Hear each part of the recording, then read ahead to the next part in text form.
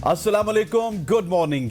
You are watching सुबह की सोच। वेरी वार्म वेलकम टू सुबह की सोच। मेरे साथ हैं गजल अशरफ और मुझे कहते हैं हसनैन आकर। आप सबको कहेंगे खुश आमदीद सुबह की सोच में, और उम्मीद करते हैं कि आपकी सुबह का आगाज हो चुका होगा, अच्छी मॉर्निंग होगी आपकी इंशाल्लाह। और स्टार्ट करते हैं अपनी सोशल स्टोरीज से। और सबसे पहली ट्रेंडिंग स्टोरी हमारे पास ये है कि पाकिस्तान सुपर लीग सीजन 2026 के मैचेस पेशावर में भी मुनक्किद करने का फैसला किया गया है। और ये फैसला खैबर पख्तूनख्वा में अमन व अमान की मजमूई सूरत हाल पर गौर के लिए एक आला सतह इजलास के दौरान किया गया। और इसके साथ साथ इजलास में वज़ीर आला खैबर पख्तूनख्वा सुहेल आफरीदी और वफाकी वज़ीर दाखिला मोहसिन नकवी साहब, इसके साथ साथ वफाकी हुकूमत के नुमाइंदगान और सीनियर सिविल और अस्करी क़यादत ने शिरकत की। ये भी आपको वाज़ेह रहे कि पेशावर में कायम इमरान खान अरबाब न्याज जो स्टेडियम है उसकी ताज़ीन व आराइश और जितनी भी अरबाब न्याज ये है, और इसके साथ साथ जितनी भी लाइट्स है उसका काम भी मुकम्मल कर लिया गया है। और इसकी वजह जो है वो PSL के मैचेस समेत इंटरनेशनल मैचेस का इनेकाद है। That is a very big developing story from Peshawar, जिसका कल ऐलान किया गया। हम उम्मीद करते हैं कि पेशावर वालों को ज़्यादा से ज़्यादा मैचेस देखने को मिलेंगे। कोई एक दो मैचेस पर इक्तफा नहीं करेंगे वो। लेकिन एक बड़ी मेरे लिए तशवीशनाक खबर ये है कि जिस तरह से आपने अरबाब न्याज स्टेडियम का नाम लिया, तो अब इसका नाम तब्दील करके इमरान खान स्टेडियम रख दिया गया है। तो क्या पाकिस्तान सुपर लीग के मैचेस के दौरान आप नेशनल टेलीविजन पे और हर जगह पे क्या इमरान खान स्टेडियम का नाम सुनेंगे, या फिर इसका नाम वापस से अरबाब न्याज स्टेडियम रख दिया जाएगा? That is a big question. Apart from that, facilities का जायज़ा लिया गया मोहसिन नकवी की जानिब से। उसके अलावा मैंने देखा है कि वहाँ पे पुलिस हुक्काम उनको ये बता रहे थे कि किस तरह से सिक्योरिटी लेयर्स को बढ़ाया जाएगा और सिक्योरिटी को बेहतर प्रोवाइड किया जाएगा। और तमाम तर मेजरमेंट्स को जांचने के बाद ये फैसला किया गया है कि इस बार पाकिस्तान सुपर लीग के 11वें एडिशन में आपको पेशावर ज़ल्मी की टीम पेशावर में खेलती हुई नजर आएगी। और उसकी सबसे बड़ी वजह एक है, उससे सबसे बड़ी वजह ये है कि इस्लामाबाद का ग्राउंड अभी तक रेडी नहीं है। रावलपिंडी के ग्राउंड में पहले से प्रेशर था। वो प्रेशर ये था कि रावलपिंडी दो टीम्स को होस्ट करता था, इस्लामाबाद को भी करता था, पेशावर को भी करता था।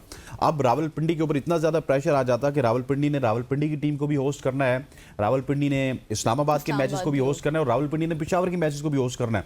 तो पाकिस्तान सुपर लीग ने फैसला ये किया कि पेशावर के मैचेस को पेशावर में मुंतकिल किया जाए और रावलपिंडी को होस्ट स्टेशन रखा जाए for Islamabad and Rawalpindi matches. But आइंदा आने वाले दिनों में जब इस्लामाबाद स्टेडियम रेडी होगा तो उसके बाद इस्लामाबाद के मैचेस इस्लामाबाद में आपको होते हुए नजर आएंगे। बिल्कुल जी, आप सही कह रहे हैं। बिल्कुल ऐसे खवातीन नज़ात आगे बढ़ते हैं, और आगे बढ़ते हुए आपको केपी से खबर देते हैं। आपने केपी का जिक्र किया तो मैं भी वहीं से खबर देता हूँ। बैरुल अक़वामी सफ़र के लिए जो गर्दन तोड़ बुखार है उसके हवाले से वैक्सीन करवाना लाजमी करार दे दिया गया है। वैक्सीन ना लगवाने वाले मुसाफिरों को बैरून मुल्क सफ़र की इजाज़त नहीं दी जाएगी। Directorate general health services Khyber Pakhtunkhwa ने सूबे के तमाम अजला के हेल्थ जो ऑफिसर्स हैं उनको नोटिफिकेशन जारी कर दिया है, और बैनुल अक़वामी सफ़र के लिए IHR 2005 के तहत मखसूस ममालिक के मुसाफिरों को वैक्सीन लगवाना लाजमी होगा। नोटिफिकेशन में कहा गया है कि ये वैक्सीन की सहूलियात को तमाम तर ऑफिसर्स यकीनी बनाएं, और जिन भी अफराद को वैक्सीन नहीं लगी है वो ये वैक्सीन लगवाएं, और मुसाफिरों को जल्दी से जिसको कहते हैं कि जल्दी से वैक्सीन सर्टिफिकेट भी जारी किए जाएं। सर्टिफिकेट में वैक्सीन की कंपनी, बैच नंबर और एक्सपायरी की तारीख भी दर्ज होना लाजमी होनी चाहिए। वैक्सीन का बंदोबस्त मुसाफिर की ज़ाती जिम्मेदारी होगी, जबकि IPI प्रोग्राम के तहत नामजद मराकिज़ पर ही वैक्सीन दस्तयाब होगी। बिल्कुल आप सही कह रहे हैं। ये गर्दन तोड़ बुखार की वैक्सीन अब लाजमी करार दे दी गई है तमाम मुसाफिरों के लिए। और इसके साथ साथ चलेंगी तो एक तरफ मामला है, दूसरा हमने कुछ रोज़ पहले नीपा वायरस का भी जिक्र किया था, उसकी भी वैक्सीन लाजमी करार दे दी गई थी जो इंडिया में। और फिर अब वर्ल्ड कप भी अब चुका है, बहुत से मुसाफिर इधर उधर भी ट्रैवल करेंगे तो उसकी भी वैक्सीन है। तो आपको पता है इस तरह के वायरल बहुत ज़्यादा फैल रहे हैं आजकल, तो वैक्सीन आप सब के लिए ज़रूरी है, आप सब ने लगवानी है। आगे बढ़ते हैं जी। पाकिस्तान टेली कम्युनिकेशन अथॉरिटी ने तमाम मोबाइल सार्फिन के लिए टोल फ्री नंबर्स पर मुफ्त कॉलिंग की सहूलत फराहम कर दी है। इससे पहले ये होता था कि ये सहूलत सिर्फ फिक्स लाइन सार्फिन के लिए दस्तयाब होती थी, जबकि जितने भी मोबाइल फ़ोन से टोल फ्री नंबर्स पर कॉल करने पर चार्जेस लागू होते थे। और अब PTA की जानिब से जारी ये बयान में कहा गया है कि इस फैसले से पहले, आप मुझे इतनी हैरत से इधर देख रहे थे, मैंने माजरत कर ली देखने वालों से। तो इस फैसले से पहले मोबाइल सार्फिन की जानिब से टोल फ्री नंबर्स पर की जाने वाली कॉल्स पर मुकर्रर चार्जेस वसूल किए जाते थे, जिस पर सार्फिन की जानिब से तहफ़्फ़ुज़ात सामने आ रहे थे। अथॉरिटी ने सार्फिन के मफादात के तहफ़्फ़ुज़ और टेलीकॉम सहूलियात की मुसावी फराहमी को यकीनी बनाने के लिए इस मामले का नोटिस भी ले लिया। और फिर साथ ही साथ ज़रूरी इक़दामात भी किए ताकि टोल फ्री नंबर्स पर कॉल्स तमाम सार्फिन के लिए बिला मुआवजा बनाई जा सकें। और बयान में सिर्फ इतना ही नहीं, ये भी कहा गया है कि इस हवाले से PTA ने तमाम मुतल्लिका स्टेक होल्डर से मुशावरत भी की है, जिनमें PTCL, national telecommunication corporation और इसके साथ लोकल लूप ऑपरेटर्स और सेलुलर मोबाइल ऑपरेटर्स शामिल हैं। और PTA ने वाजे किया है कि इदारा पाकिस्तान में टेलीकॉम सहूलियात तक मुसावी रसाई सार्फिन के मफादात के फ़रोग और एक मौसर सारिफ दोस्त टेली कम्युनिकेशन माहौल के क़याम के लिए पुरअज़्म है। चले जी, अब टोल फ्री नंबर जिन जिन के पास भी हैं वो रेडी हो जाए, क्योंकि पूरे पाकिस्तान से जितने भी सेलुलर नेटवर्क्स के सारिफीन हैं वो आपको कॉल करना शुरू हो जाएंगे। और पहले उनको कदगन ये होती थी कि अगर उन्होंने टोल फ्री नंबर पे कॉल करनी है तो उनके पास बैलेंस होना लाजमी है, लेकिन अब अगर आपने टोल फ्री नंबर पे कॉल करनी है तो आपके पास बैलेंस होना लाजमी नहीं है। ये सहूलत पहले PTCL के सारिफीन के पास थी और अब ये तमाम सेलुलर कंपनीज के सारिफीन के पास है। और मुझे अपना थोड़ा थोड़ा बचपन कह सकते हैं, लड़कपन कह सकते हैं कि वो याद आ रहा है कि वो नहीं होता था, एक टोल फ्री नंबर होता था 08007826001 टेलीफोन। अब ये तमाम दर जो ऑपरेटर्स हैं ना, ये रेडी हो जाएं क्योंकि इस तरह के काम होने वाले हैं। आपको बहुत ज़्यादा कॉल्स आएंगी, स्पेशली जिनके पास टोल फ्री नंबर्स हैं। ख़वातीन व हज़रात, आगे बढ़ते हुए आपको बताते हैं वज़ीर आज़म शहबाज शरीफ ने कुछ ऐलान किए हैं। Prime minister of Pakistan Shahbaz Sharif ने ऐलान किया है कि पाकिस्तान 2030 तक AI पर $1 अरब तक खर्च करेगा। इंडस AI वीक की इफ्तिताई तकरीब से खिताब में वज़ीर आज़म आज पाकिस्तान मसनूई ज़हानत के मैदान में दुनिया के शाना बशाना चलने के लिए पुरअज़्म और मुकम्मल तौर पर तैयार है। उन्होंने कहा कि AI के फ़वाइद और चैलेंजेस दोनों हैं और नौजवानों को जदीद इल्म और महारतों से आरास्ता करना वक्त की ज़रूरत है। वज़ीर आज़म का कहना था कि लैंड्स रिकॉर्ड में इस्लाहात से करप्शन का खात्मा मुमकिन होगा, ज़मीन के रिकॉर्ड की शफाफियत को यकीनी बनाया जाएगा और मनसूबे के ज़रिए रेवेन्यू अफसरान की बदउनवानी को ख़त्म किया जाएगा। अब AI आके पुलिस वाले काम करेगा, प्राइम मिनिस्टर साहब ये कह रहे हैं। हाँ, $1 अरब तक की उन्होंने बात की। वैसे अगर दुनिया की बात करें तो दुनिया तो AI पर काम कर रही है और आगे जा चुकी है। तो एक कंपनी $2, $3, $4 अरब लगा रही है। बिल्कुल आप सही कह रहे हैं, लेकिन पाकिस्तान ये है कि अभी मतलब फैसला कर रहा है या फिर सीख रहा है, सीखने के मराहिल में है। बहुत सारे बच्चे आगे भी जा रहे हैं, लेकिन ओवरऑल हम इसको नेगेटिव सेंस में नहीं लेते। सवाल है मेरा, ये $1 अरब आएंगे कहाँ से? वो आ जाएंगे, टेंशन नहीं लेनी आपने इस हवाले से, आपने टेंशन मतलब वो भी IMF से आएंगे, वर्ल्ड बैंक से आएंगे, सऊदीया से आएंगे, वो बड़े से आएंगे, जो है ना मामलात है, पैसे आ जाएंगे। पैसों की टेंशन नहीं लेनी आपने, सही साहब, पैसों की टेंशन नहीं लेनी और बस AI पे काम करना है, क्योंकि अगला दौर ही AI का है।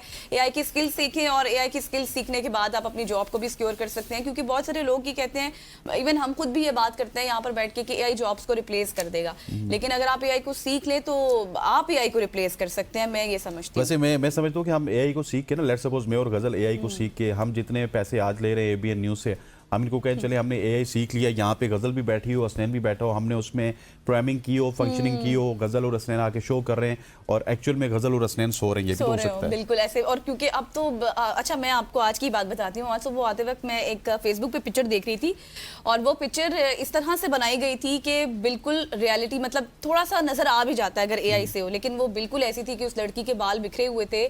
शायद वो हम स्टोरी करें भी अगले आने वाले दिनों में, थोड़ी सी उसमें क्लैरिफिकेशन हो जाए तो, क्योंकि वो बिल्कुल एक आम लड़की की तरह ही लग रही थी, उसके बाल बिखरे हुए और उसकी पिक्चर वायरल भी बहुत हो रही है। आपने देखा कि कितनी प्यारी लड़की है और उसके बाद आपको आधे घंटे बाद पता चला नहीं, ये पिक्चर बेसिकली AI क्रिएटेड है। और जब मैंने उसकी कैप्शन को रीड किया तो मुझे पता चला कि ये AI है और वो वायरल भी बहुत हो रही है। लोग उस पर इतने कमेंट्स कर रहे थे, इतनी ज्यादा बात कर रहे थे। वो पिक्चर मैं आपको अभी ब्रेक में लाजमी दिखाऊंगी कि वो कैसी पिक्चर थी। थोड़ा सा आगे बढ़ते हैं और आगे बढ़कर आपको बताते हैं गूगल के हवाले से। गूगल ने खबरदार किया है कि दुनिया भर में 1 अरब से ज़ायद एंड्रॉयड फ़ोन सिक्योरिटी खतरात के सामने गैर महफूज हो चुके हैं और कंपनी ये कह रही है कि ज़्यादातर पुराने फ़ोन्स, यानी कि ख़ास तौर पर वो जो एंड्रॉयड 12 या फिर उससे पुराने वर्जन पर चल रहे हैं, वो हैकिंग या फिर डेटा चोरी या फिर इसके साथ साथ दीगर जो साइबर वगैरह हमले हो रहे हैं उसमें मुलव्वस हैं और वो उनके लिए ज़्यादा फ़ोन्स को इस्तेमाल किया जा रहा है या फिर उनमें से डेटा लीक हो रहा है, आप ये कह लें, और वो बिल्कुल आसान हदफ हो चुके हैं। गूगल की रिपोर्ट ये बताती है कि सिर्फ 57.9% फ़ोन्स यानी कि एंड्रॉयड 13 या इससे जदीद वर्जन पर हैं, जबकि बाकी फ़ोन सिक्योरिटी अपडेट से महरूम हैं। माहिरीन कहते हैं कि इस तरह के पुराने फ़ोन हैकर्स को सार्फिन के ज़ाती डाटा, हैकिंग मालूमात और पासवर्ड्स तक रसाई बिल्कुल आसान हो जाती है और कंपनी ने सार्फिन से फौरी अपग्रेड या नए फ़ोन के हुसूल का मशवरा भी दे दिया है ताकि वो जदीद ख़तरात से महफूज रह सकें। एंड्रॉयड डिवाइसेस बनाने वाली कंपनियां अक्सर सॉफ्टवेयर अपडेट्स को चंद साल बाद रोक देती हैं, जिसकी वजह से सार्फिन के मोबाइल जदीद सिक्योरिटी खतरात के खिलाफ बेबस हो जाते हैं। और गूगल ने वाज़ेह किया है कि अब सार्फिन को अपने फ़ोन्स की सिक्योरिटी को यकीनी बनाने के लिए फौरी इक़दाम करने होंगे ताकि मुमकिन जो हमले हैं उनसे बचा जा सके। बिल्कुल ऐसी है। और ख़वातीन हज़रात, ये एंड्रॉयड जितने भी मोबाइल यूज़र हैं उनके लिए एक ख़तरा है और उनको अपनी सिक्योरिटी को टाइट करना होगा। और मेरा ख्याल है कि गूगल जब इस तरह की खबरें देता है तो उसमें ज़्यादातर फ़ायदा मोबाइल कंपनीज़ को भी बड़े पैमाने पे होता है कि एंड्रॉयड यूज़र अब ये कहेंगे कि हमें किसी तरह से आईफोन की तरफ जाना चाहिए। डिफरेंट और भी प्लेटफॉर्म्स हैं जो कि जिस तरह से एप्पल के क्या प्लेटफॉर्म है, इसी तरह से एंड्रॉयड का प्लेटफॉर्म है, फिर नए प्लेटफॉर्म्स ही इसमें क्रिएट हो सकते हैं। सो वो उनकी तरफ भी जा सकते हैं और कहीं ना कहीं ये खबर बहुत ज़्यादा हर्ट करती है एंड्रॉयड मोबाइल यूज़र्स को भी और एंड्रॉयड बनाने वाली कंपनीज़ को भी। ख़वातीन हज़रात, आगे बढ़ते हुए हम जासूसी के हवाले से बात करते हैं। अच्छा, कहाँ पे हो रही है ड्रोन से जासूसी? तो आपने सुना था क्या हुआ? कि ड्रोन्स जासूसी के लिए यूज होते हैं। अभी पाकिस्तान और इंडिया की जंग हुई थी तो डिफरेंट ड्रोन्स हमें नजर आ रहे थे और हम ये कह रहे थे कि इन ड्रोन्स को हम आने देंगे, अगर इनको टारगेट करेंगे तो हमारे जो सेंसिटिव एरियाज हैं ये उनको पहचान लेगी और वो सिग्नल इंडिया को चला जाएगा कि कहाँ पे भी सेंसिटिव एरियाज पाकिस्तान में मौजूद हैं। एक रशियन कंपनी ने हाल ही में कबूतरों को निगरानी वाले ड्रोन्स में बदलने का दावा किया है। जैसे हयातियाती ड्रोन्स या फिर अंग्रेज़ी में बायो ड्रोन इनको कहा जाता है। तफसीलात के मुताबिक रूसी न्यूरो टेक्नोलॉजी कंपनी नेरी ग्रुप ने दावा किया है कि उसने कबूतरों पर जो उनके दिमाग है उस पर इम्प्लांट्स नस्ब किए हैं जिनके ज़रिए उनकी परवाज़ के रास्तों को दूर से कंट्रोल किया जा सकता है। इन कबूतर्स जितने भी हैं इन कबूतरों को छोटे कैमरास, जीपीएस और सोलर पावर वाले कंट्रोल के साथ भी लैस किया गया है जिससे वो रवायती ड्रोन्स की तरह लाइव वीडियोस फराहम कर सकेंगे। पायलट्स या फिर तरबियत की ज़रूरत के बगैर बरकी सिग्नल्स के ज़रिए उनके दिमाग में ये बताया जा सकता है कि वो दाएं या बाएं मुड़ें या ख़ास रास्ता इख्तियार करें। कंपनी का दावा है कि ये बायो ड्रोन्स आम ड्रोन से ज़्यादा तवील परवास के कर सकते हैं और महदूद हवा के इलाकों में भी काम कर सकते हैं। सो अब आप कहीं कबूतर देखें तो वो कबूतर भी कहीं ना कहीं पे रशियन कबूतर साबित हो सकता है। हाँ, और मुझे वो बात याद आ गई, पुराने ज़माने में तो कबूतर इस्तेमाल होते थे ना पैगाम रसानी के लिए, खत भेजा जाता था उनके कदमों के ऊपर ना वो बांध दिया जाता था खत। हाँ। लेकिन चलिए ये भी अच्छी एक टेक्निक है कि जो अच्छा, आपने इस तरह कहा कि आपको याद आया, मुझे लगता है कि आप पुराने वक्तों में ये काम करती रही हैं। नहीं, मतलब मूवीज वगैरह में देखा या फिर अम्मी अब्बा बताते रहते हैं इस हवाले से कि भाई इस तरह उनसे भी बहुत पुराना था। हाँ, ये उससे भी पुराना ज़माना था। अम्मी अब्बा के ज़माने में पोस्ट ऑफिस वाला आता था साइकिल पे, वो आके खत दे के चला जाता था। हाँ, दरवाज़ा खटखटा के आपके नाम पे खत आया। लेकिन चले ये भी एक अच्छी चीज़ है कि इस तरह से कबूतरों को इस्तेमाल किया जा रहा है ड्रोन्स के हवाले से और सोचना चाहिए वैसे पाकिस्तान को भी कि इस तरह भी किया जा सकता है क्योंकि ज़ाहिर है हमारी तो मामलात गड़बड़ होते रहते हैं, आगे भी हो सकता है, अल्लाह ना करे कि हों, लेकिन कुछ पता नहीं होता। अब ये चलते हैं आपको सिंध, जहां पर सरकारी गर्ल्स कॉलेज में फोटोग्राफी पर पाबंदी आयद कर दी गई है। महकमा कॉलेज एजुकेशन की जानिब से सरकारी गर्ल्स कॉलेजेस में फोटोग्राफी पर पाबंदी का बाकायदा नोटिफिकेशन भी हो चुका है और इस हवाले से डायरेक्टर कॉलेज ने कहा कि तालिबात और ख़वातीन असातिज़ा की जितने भी पिक्चर्स हैं उसका यानी कि फ़ोटोग्राफी का सोशल मीडिया पर गलत इस्तेमाल किया गया जिसकी बाकायदा शिकायत महकमा कॉलेज एजुकेशन को मौसूल भी हुई है। डायरेक्टर कॉलेजेस का कहना था कि सिंध के सरकारी गर्ल्स कॉलेजेस में फ़ोटोग्राफी पर पाबंदी आयद की गई है जिसकी खिलाफ वर्जी करने वाले पर प्रिंसिपल्स पर और अमले के खिलाफ कार्रवाई की जाएगी। तो ये काफ़ी हैरान वैसे ये जो खबर आपने दी है ठीक खबर है, लेकिन इसमें मेरा ख्याल है कि हमें बिल्कुल बाइफरकेट नहीं करना चाहिए था कि जो खवातीन की फोटोग्राफी है उस पे पाबंदी है। अगर आपने फोटोग्राफी पे पाबंदी लगानी है तो मर्दों की भी लगाएं, जो बॉयज़ कॉलेजेस हैं उनके ऊपर भी लगाएं, बॉयज़ के जो एक तो स्टूडेंट्स हैं उनके ऊपर लगाएं, उनके जो प्रिंसिपल्स हैं उनको लगाएं। सिर्फ खवातीन को टारगेट किया जा रहा है कि उनकी तस्वीर गलत इस्तेमाल हो जाएंगी या गलत इस्तेमाल हो रही हैं तो इस वजह से वो फोटोग्राफी नहीं कर सकती हैं। हाँ, ये वैसे कॉलेज में आप पढ़ने जाते तो उसमें फोटोग्राफी का तो काम ही नहीं है। वहाँ पे काम ये है कि आपने मोबाइल फ़ोन अपने घर में छोड़ के जाना है या फिर बाहर कोई बॉक्स वगैरह बने हो वहाँ पे मोबाइल फ़ोन छोड़ के अपनी क्लास पे जाइए, पढ़िए, उसके बाद वापस आइए, मोबाइल लीजिए, वापस जाइए। कॉलेज में फोटोग्राफी का काम है होना चाहिए, फ़ोन होना चाहिए चाहिए, ठीक है अगर आप लेकर जाते हैं तो उसको आप रिसेप्शन पे जमा करा दें और उसके बाद फिर अपनी पढ़ाई करें और पढ़ाई पर तवज्जो दें। खुदारा पढ़ाई नहीं करेंगे तो कुछ नहीं सीख सकेंगे, और जब नहीं सकेंगे तो हमारे जैसा हाल होगा। हमारे जैसा हाल होगा। और हम आपको बार बार यही कह रहे हैं फोटोग्राफी करते रहे और यही हाल है हमारा भी।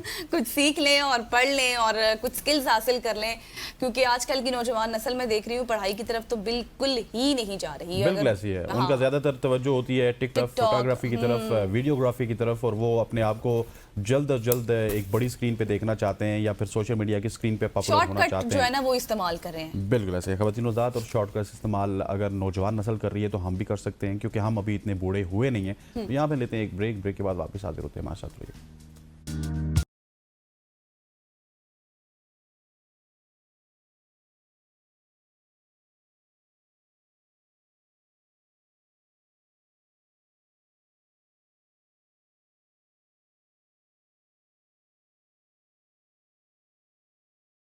Welcome back. ख़वातीन आज़ाद, पाकिस्तान में सोलर तवानाई पर इन्हिसार करने वाले सारिफिन के लिए एक बड़ी पॉलिसी तब्दीली सामने आई है।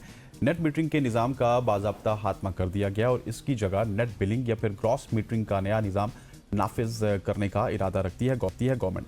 नेपरा ने नेट मीटरिंग रेगुलेशन 2026 का नोटिफिकेशन जारी कर दिया है, जिसके तहत अब सोलर सारिफिन को यूनिट के बदले यूनिट नहीं मिलेगा, बल्कि ग्रिड को फराम की जाने वाली इजाफी बिजली कौमी औसत खरीद कीमत पर खरीदी जाएगी, जबकि ग्रिड से ली जाने वाली बिजली पर वही पुराना या फिर महंगा टैरिफ ही लागू होगा। इस फैसले को पावर सेक्टर और स्पेशली सोलर सेक्टर के माली नुकसानात रोकने की कोशिश करा दिया जा रहा है। लेकिन सवाल यह है कि क्या ये पॉलिसी एक आम शहरी को रिलीफ देगी, और स्पेशली जो पिछले 10-15 साल में हम देख रहे हैं कि सोलर सेक्टर के ऊपर एक बहुत हैवी इन्वेस्टमेंट हमें देखने को मिली है। हर शख्स ने सोलर लगवाए हैं, और आप रावलपिंडी, इस्लामाबाद, पेशावर, लाहौर में छतों के ऊपर देखेंगे तो आपको सोलर की छतें नज़र आती हैं। उनको तो फ़र्क नहीं पड़ेगा, लेकिन जो लोग थे जो सोलर का काम कर रहे थे उनको बड़ा फ़र्क पड़ेगा, और इसी के ऊपर आज हम बात करेंगे। बिल्कुल जी, और इसी पर बात करने के लिए हमें स्टूडियो ज्वाइन कर चुके हैं मोहम्मद जावेद साहब। आप प्रेसिडेंट हैं सोलर पावर एसोसिएशन के। Thank you so much sir for your time. जैसे हम बात कर रहे हैं कि लोगों ने भारी सरमायाकारी भी की हुई है, तो क्या बुनियादी वजह थी इस नेट मीटरिंग को ख़त्म करने की? बेसिकली गवर्नमेंट की तकरीबन कोई 1.5-2 साल से प्लानिंग चल रही थी इसके ऊपर कि उनको कुछ मुश्किलात का सामना था। गवर्नमेंट के कुछ ऐसे फैक्टर्स थे जिसको वो कवर अप करना चाहते थे, कि जिसकी बेस पे उन लोगों ने कहा था कि हम लोग भी इसको ना as soon as possible policy को हम रिवाइव करना चाहते हैं, कि उसमें चेंजेस लाना चाहते हैं। बैक इन 2024 गवर्नमेंट ने ऐलान किया था कि we are going to shift to gross metering. अब फिर उसकी स्टेक होल्डर्स की तरफ से और दूसरे इंस्टीट्यूट्स की तरफ से उनको सिफारिशात आई कि ग्रॉस मीटरिंग की बजाय इसको नेट बिलिंग पर शिफ्ट किया जाए तो वो ज़्यादा बेहतर होगा। अब नेट बिलिंग एक नई टर्मिनोलॉजी लेके आई गई है गवर्नमेंट की तरफ से, जिसमें इससे पहले जो नेट मीटरिंग थी बेसिकली उसमें लोगों को ये किया जाता था कि आपकी यूनिट टू यूनिट की एडजस्टमेंट की जाती थी एवरी मंथ, और at the end of the quarter आपके जितने भी यूनिट्स, अगर लेट्स सपोज एक्सपोर्ट यूनिट्स आपके एक्स्ट्रा थे उसको रुपीस में कन्वर्ट कर दिया जाता था, और वो नेगेटिव एक बिल कस्टमर को, एंड यूज़र को आ जाता था, जिसमें उसको काफ़ी रिलीफ मिलता था। मगर अब इन लोगों ने नेट बिलिंग एक नई टर्मिनोलॉजी लेके आए हैं, जिसका मतलब ये है कि जहाँ यूनिट टू यूनिट एडजस्टमेंट होती थी अब वहाँ पर उसको बिल्स में एडजस्ट किया जाएगा मंथली बेसिस के ऊपर। अच्छा। ये भी एक बहुत बड़ा इम्पैक्ट है एंड यूज़र के लिए। लेट्स सपोज अगर आपने यूनिट्स को सेल किया है और उसका एक रेट डिफाइन है, बाय बैक रेट, कि इस रेट पर गवर्नमेंट आपसे बाय बैक करेगी। अच्छा, अब जब हम लोग एक इंपोर्ट भी करते हैं, जिसको हम लोग कहते हैं कि बिजली हम लोग यूज़ कर रहे हैं वापटा की, वो हम लोग यूज़ कर रहे हैं मगरिब से लेके फजर तक वाली बिजली। अच्छा, उसको भी एक रेट डिफाइन है। लेट्स सपोज उसका रेट है 40 रुपीज़ समथिंग का रेट चल रहा है विदाउट टैक्सेस, जो कि टैक्सेस मिला के 55 प्लस चला जाता है रेजिडेंशियल सेक्टर के ऊपर। कमर्शियल में तो उससे भी ज़्यादा चला जाता है। अच्छा, उसका एक अलग बिल बनेगा और एक्सपोर्ट का अलग बिल बन के उसको फिर एडजस्ट किया जाएगा मंथली बेसिस पे।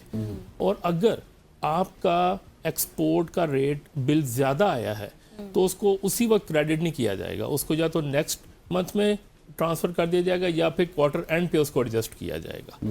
तो ये एक नई टर्मिनोलॉजी गवर्नमेंट की तरफ से आई। मतलब आपने बिल देने हैं, बिल अब देना पड़ेगा। 2-3-4 महीने बाद आपको रिलीफ मिलेगा। हाँ, वो 3 महीने बाद रिलीफ मिलेगा। अगर तो आपका इतना बिल बन गया है कि आपकी एक्सपोर्ट फिर भी उसका बिल ज़्यादा आ रहा है तो, मगर ایک اس میں ایک بڑا ان لوگوں نے ٹوسٹ ڈال دیا کہ جو بائی بیک ریٹ ہے اس کو ان لوگوں نے ریوائز کر دیا کہ ہم یہ چاہتے ہیں کہ بائی بیک ریٹ میں ایک کیپیسٹی چارجز ہے وہ ہم آپ کو نہیں پے کریں گے، اس کو ہم لوگ national average energy purchase price کے اوپر ہم لے کے آئیں گے. بیسیکلی یہ جو بائی بیک ریٹ ہوتا ہے یہ composition of capacity payment and the energy price ہوتا ہے. تو وہ کہتے ہیں کہ ہم آپ کو کیپیسٹی پیمنٹ نہیں دیں گے. تو اس طرح کی چیز آج جب آتی ہے تو اس کو کٹ ڈاؤن کر کے وہ 12-13 روپے کی بات کر رہے ہیں کہ ہم آپ کو 12-13 روپے پہ ہم آپ کو بائی بیک کریں گے ایکسپورٹ کا جو ریٹ ہوگا. تو وہ ایک بہت بڑا امپیکٹ ہے. اسد مجھے یہ بتائیے گا کہ گورنمنٹ کے جتنے بھی آفیشلز ہیں آپ سروے کر لیجئے، وزیروں کے مشیروں کے سروے کر لیجئے، انہوں نے اس پالیسی سے پہلے اپنے سولر لگوا لیے ہوں گے اور بڑے ہیوی سولر لگوا لیے ہوں گے، کیونکہ اس سے پہلے جن کے سولر لگے ہوئے تھے وہ تو ماشاءاللہ سے اسی ریٹ پہ ان کو بجلی ملے گی جس ریٹ پہ وہ پہلے لیتے تھے. ان کا بل وہی 0 آئے گا یا 1000 آئے گا یا 10,000 آئے گا. اب یہ نئی پالیسی بیسیکلی تو ایک تو غریب کا خون چوسنے کے لیے، کیونکہ آپ تو عوام کے ساتھ ہمدردی نہیں کر رہے نا، آپ نے عوام کو اور مشکل میں ڈال دیا. پھر وہ جو آپ نے اپنے انٹرسٹ ہے اس کو سیو کیا کہ بہت سارے لوگوں کے اپنے اپنے انٹرسٹ تھے، اسپیشلی گورنمنٹ میں بیٹھے ہوئے لوگوں کے، جن کو آپ نے اس وقت نواز شریف صاحب کی گورنمنٹ میں آپ نے کہا تھا جی کہ یہ گرڈ لگا لیجیے، ہم آپ سے بجلی خریدیں گے. ان کے انٹرسٹ کو سیو کرنے کے لیے ساری چیزیں کی جا رہی ہیں نا، کیونکہ پریشر بہت زیادہ بڑھ گیا تھا، گردشی قرضوں کا پریشر بڑھ گیا تھا. تو انہوں نے کہا کہ انسٹیڈ آف کہ وہاں پہ ریفارمز کریں، ہم عوام کو واپس قابو کرنے کی کوشش کرتے ہیں. بیسیکلی ہوا کچھ ایسے ہی ہے. اس میں نہ کچھ ایک امپورٹنٹ فیکٹر ہے آئی پی پیز کو کنٹرول کرنے کا. ڈیفینیٹلی کنٹرول نہیں کرنے کا، آئی پی پیز ان کی اپنی ہے، مگر آئی پی پیز بیسیکلی ہم یہی کانسیپٹ تو بیسیکلی یہی ہے چائنا کی نکال کے کہ آئی پی پیز کو بیسیکلی اس کا بہت بڑا ایک پریشر ہے ان کے اوپر نا، کہ وہ ایک ایسی چیز ہے کہ جس کو وہ کنٹرول کرنا بھی چاہیں تو نہیں کر پا رہے. مگر ان کے پاس ایک ایسی سورس آف الیکٹریسٹی جس کا زیرو امپیکٹ ہے کسی قسم کے لاس کے اوپر، یعنی کہ آپ کو بالکل 0% لاس کے ساتھ آپ کو ایک سورس آف الیکٹریسٹی مل رہی ہے، دیٹ از فرام سولر. اور یہ ہم نہیں کہہ رہے، یہ انہی کی نیپرا کی، پی پی ایم سی کی، سی پی پی اے کی ورڈنگ کہہ رہی ہے، ان کی اینول پرفارمنس رپورٹس کہہ رہی ہیں کہ there is totally 0% loss from solar energy.